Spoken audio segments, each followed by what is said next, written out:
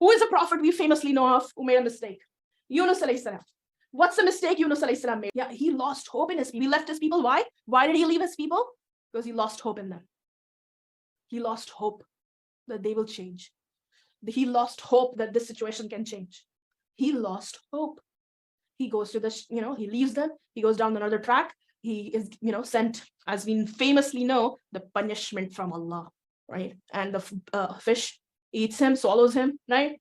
And now, right, if there were ever a hopeless situation, this was it.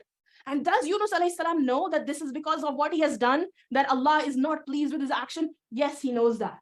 He understands that. And what does he do in such a hopeless position? He makes dua. I have wronged myself. There is no God but you. And how perfect are you? I have wronged myself. La ilaha illa anta subhanaka inni kuntu minadh dhalimin.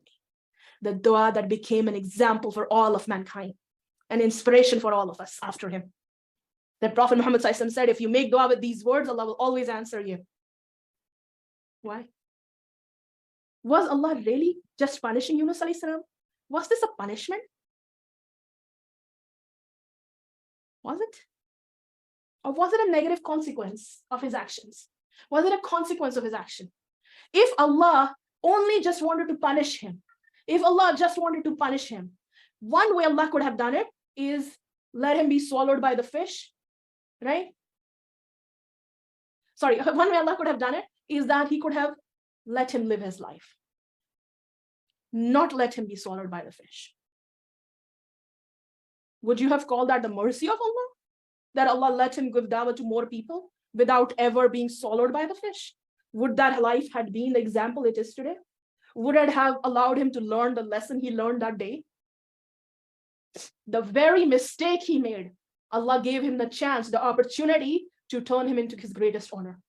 He lost hope and left his people. Allah gave him the opportunity to correct his mistake and become an example of hope for all of us.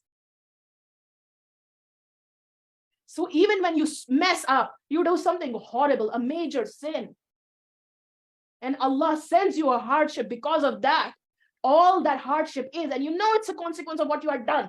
It's because of that. It's not because Allah hates you.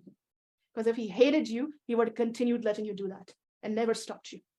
Allah doesn't hate you. He would send you obstacles. And he sends you obstacles so you see and learn a lesson and you get better. So alhamdulillah, when Allah subhanahu wa ta'ala makes us fall, so we can learn from our mistake, because that fall is a mercy.